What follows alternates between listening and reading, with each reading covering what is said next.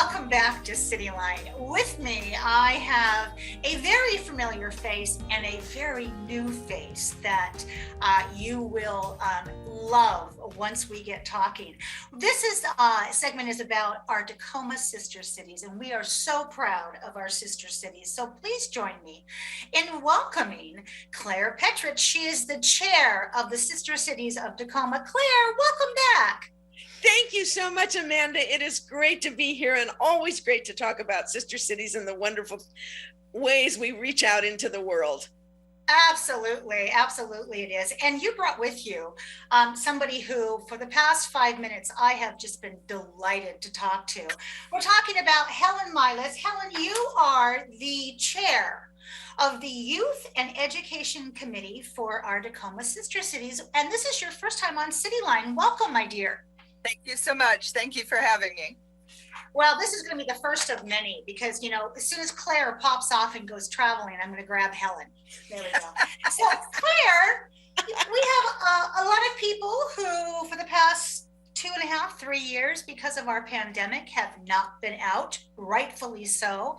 And some of us are feeling like the world is passing us by. So, speaking of that, tell us, what is the mission of the Sister Cities of Tacoma? Yes, and the world never passes us by because we are such an important part of it, in each of us, because of what we give to the world. The purpose of Sister Cities is to acknowledge that, really. The purpose is to promote peace. It's peace through citizen diplomacy. It's peace through cultural, educational exchanges, economic development. And it's really about peace through people, one person, one organization at a time. I love that. Oh, yes. It makes me feel warm and happy to hear that. Like a handrail you didn't know you had in the world. It's like, okay, I can hang on to this. So Claire, I know that there, as my nephew would have said a long time ago, bunches, but how many sister cities does the city of Tacoma have? I've lost track. You're right. So Sister Cities started in Tacoma in 1959. We currently have 13 sister cities. I will take you for a tour around the world if you'd like to know where they are. Let's start in Japan. That was our first sister city. Then we go to Gunsan, Korea. We go to Taichung, Taiwan. We go to Fuzhou, China. And we go to Davao in the Philippines. Then take a trip across, actually go to Vladivostok, because that's on the edge of the Pacific Ocean also. So then go across the Pacific and go into the Gulf of Mexico, where you will meet our two sister cities, one in Mexico, one in Cuba, Boca del Rio and Cienfuegos, Cuba. Then if we go to the African continent, at the very north, El Jadida, Morocco, is a sister city, and George, South Africa, also a sister city. And then let's visit Europe. So we start on the Norwegian Sea in Ålesund, Norway, and we also go to Biot, France, where we have a great relationship based on glass art. I want to go to Brovary, Ukraine, and in between Brovary is the two sister cities that are in formation right now. Though one is in Italy and one is in Croatia. They are across the Adriatic Sea from one another, and they are Porto San Elpidio in Italy and Split in Croatia. Is that a good trip for you today? This is the moment that I wish I had sound effects at my fingertips, because I would hit the da-dum and then the huge applause, because that is impressive, Claire. This early in the morning. Wow. Okay, so Helen, I'm not going to ask you, how to interpret all that, but I am going to ask you, a long time ago, what inspired you to become a member of this committee? Well, I'm a relatively new member. I've only been in it for about 5 years, but in high school, and you can guess how long ago that was, I'm not going to tell you. I always wanted to go to Cuba, and my uncle was stationed at Guantanamo about the time I was ready to graduate, so he was going to give me a trip as my graduation present. Well, then politics kind of took over, and he said it's too dangerous down here. And then the US decided they would take some actions. And then my life kind of got in the way and family got in the way. So about 5 years ago, a good friend of mine had participated in the original trip to Cuba to sign the papers. And he said, I think they're going again. And so I went to the fundraiser to meet people, and I got in. And so I got to go to Cuba about 5 years ago, and it was wonderful. It was a trip of a lifetime. And I also fell in love with the goals that they have and the way they handle themselves. The people are wonderful. Getting to meet people, the people to people connection is so much a part of this group that I really enjoy it. Helen, if I could assign a person a phrase, your phrase would be carpe diem. Wow. I mean, talk about an inspiration to me and to probably anybody who's listening. It's never too late, is it, Helen? No. Well, I've decided I probably won't sign up for the Italy-Croatia trip. Oh. I'm thinking maybe I'll let the other people go on that one. Oh, I don't know. You know, when Claire sets her sights on something, you know, knowing Claire, she's going to get you over there somehow, because nobody says no to Claire Petrich. You're very right about that one. I love this. You know, what you said, Helen, too, if I can interrupt, Amanda, it's like oftentimes what happens with people when they join Sister Cities, it's like they feel they have found their tribe. And it sounded like you found your tribe that day, Helen, when you connected with all those folks who were loving Cuba. Yeah. And as I mentioned, I'm a retired teacher, and I was a language teacher. So all my circle of friends are all travelers and all language people. And so having another group outside of that circle who likes to travel and learn about new cultures is wonderful. I bet it is. So Helen, you are the chair of the Youth and Education Committee, and rightly so, with that infectious spirit you have. Share with us some of the activities of this program, of what a young person can expect by being a part of this.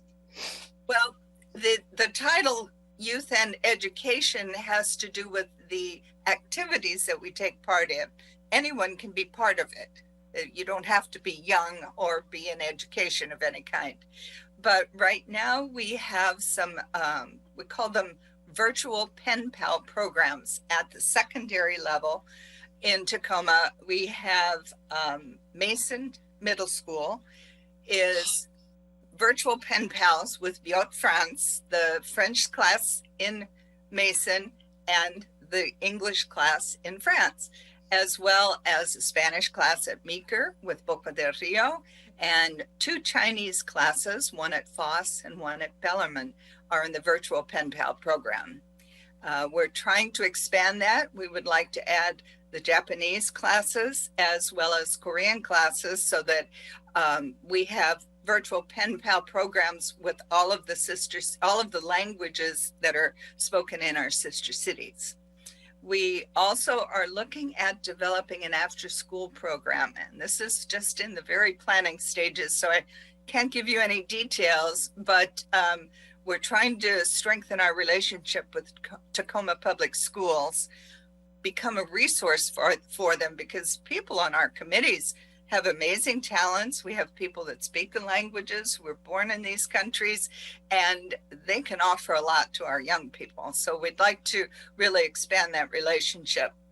Then at the post-secondary, at the college level, last summer, TCC offered a course called Trip to Tacoma, and it was designed for English language learners.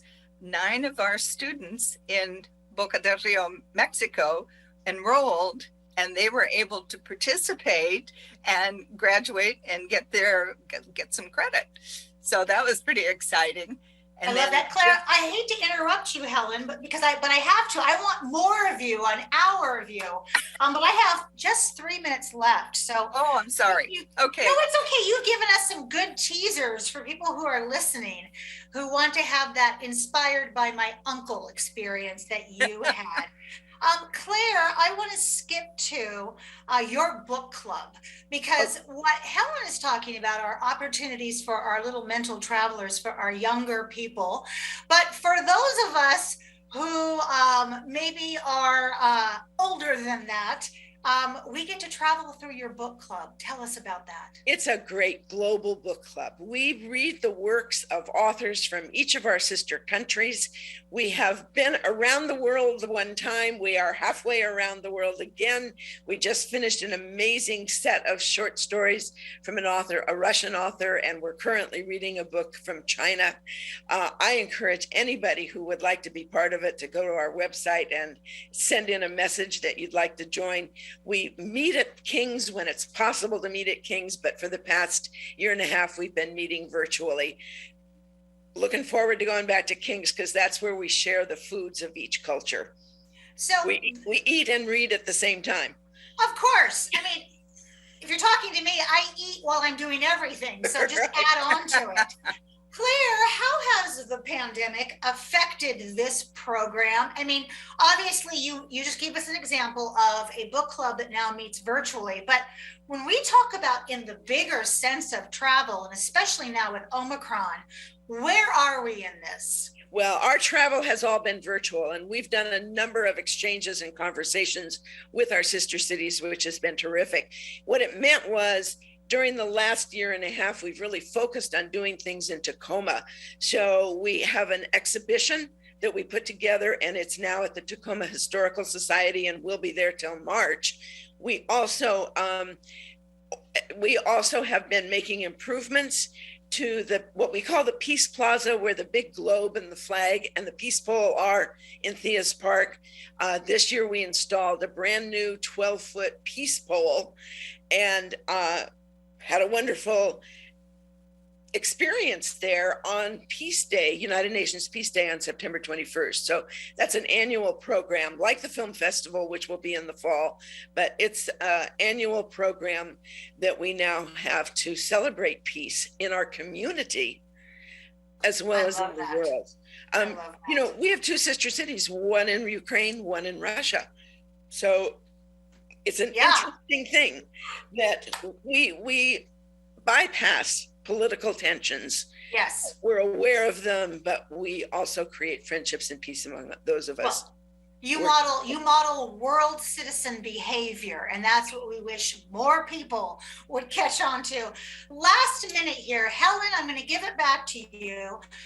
Answer the question we're all dying to know. How do we become a member? All you have to do is go to our website, and that is tacomasistercities.org. At the top of the page, the home page, it says participate.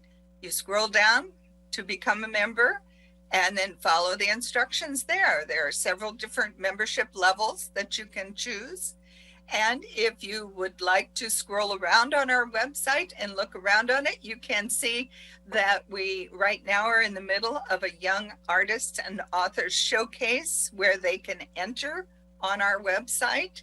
And we're really excited about that. 13 to 18-year-olds getting involved with us. So become a member, go to the website. Join the fun. I want to say thank you to both of you for all of the work that you put into the Sister Cities program and also their activities. You don't get paid for this. Both of you have. We're all volunteers. We're all volunteers. And so thank you from the bottom of my traveler's heart for making Tacoma a global stop in this world. And I can't wait to hear more about the Italy and Croatia trip. So I want to have you back on sooner than later. Thank you both so much. Amanda, what a joy to be with you today. Right back at you, sisters. We have much more to come on Cityline. Don't go away. We'll be right back.